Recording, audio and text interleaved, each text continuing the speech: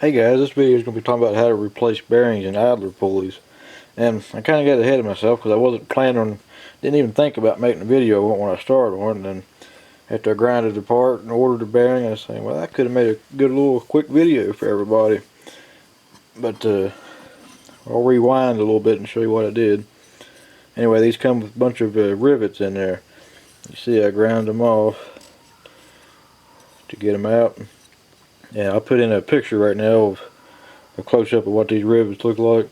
You just grind them flush and take a punch and knock them out. Knock each one of them out. Sometimes they're stubborn, but they will come out. You just keep working with it. Then, once you get to this point, your pulley will split like this. And if it's going to be stubborn, it probably won't be in this one. It actually is. And after that, you're left with your two halves. And you're probably thinking, well, how am I going to put rivets back in it? Well, the best thing I found to do, and we do this all the time at work on Dixie choppers and stuff, is to drill out about 4 of these holes. So you got these two and these two. You drill them out for a 1/4 inch bolt and put a bolt through it with a nut on the back. That's all you got to do. Now these bearings, this has a weird number on it. 6203-RLY O-SP. Well, I looked it up. It's just a standard 6203 RS bearing is what it is. See right here's the number for the replacement. Now that ain't always going to be the case because you can't get these different size of inner part or the outer part. But in this case it's the exact same thing. And what I'm going to do, I'm going to show you why these bearings always go out, and you can't grease these once they're together. It's the same as my video on the quill assemblies. As you see, there's hardly any grease in there at all.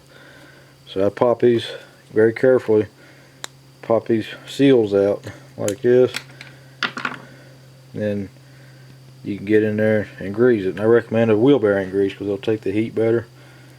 And you can either use a bearing packer or you can just push it in by hand. It'll last a lot longer. It won't last forever, but it will last a lot longer than it will if you just put it in there like this. And if you're in a hurry or in a bind, throw it in there. It'll last for several years. Just kind of work it in like this all the way around. A bearing packer is best, but you don't have to go to all that trouble for something like this.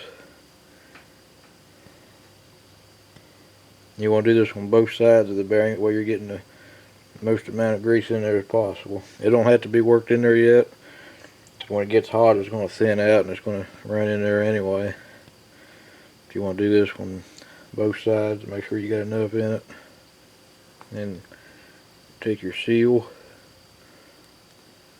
You can feel it snap in when it goes all the way around like that.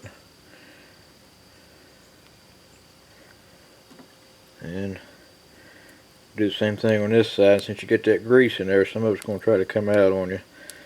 And when you feel it pop in, you're going to want to squeeze it just a little bit more to get the excess grease out of it. And you want to clean it off real good. That's going to help you out a lot in the long run. It's slowing you down right now, but it will help you out later on, trust me. And they always feel smoother when you do that too. So then you'd probably be better off to go ahead and drill this out real quick. And like I said, just line up your holes. You get an extra one here and an extra one here. And once you get them all lined up, just pick you out 4 of them to drill.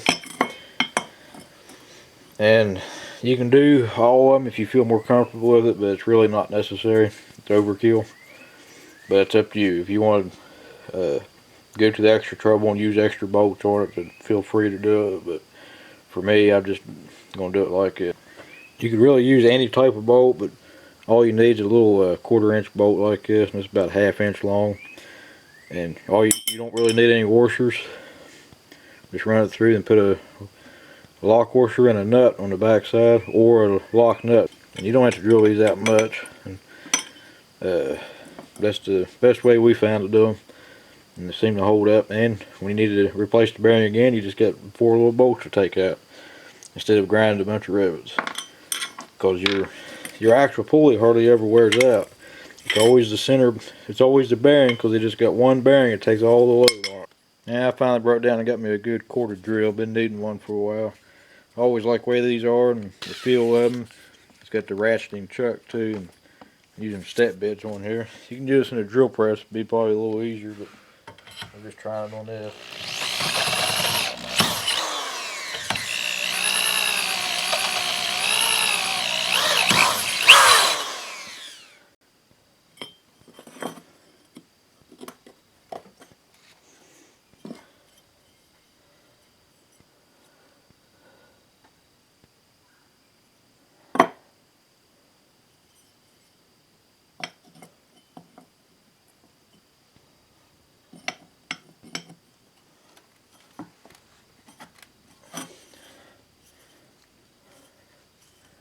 To get it started, you'll have just a little bit of a gap there, but you should be able to get your bolt started through it.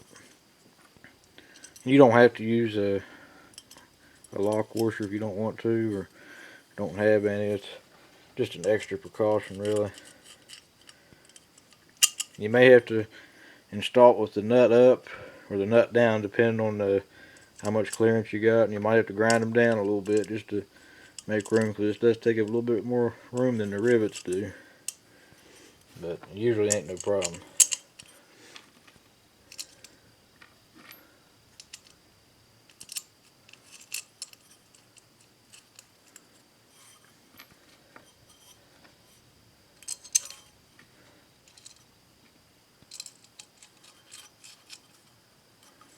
Let me get something to tighten these down with. Hold the 7/16 wrench.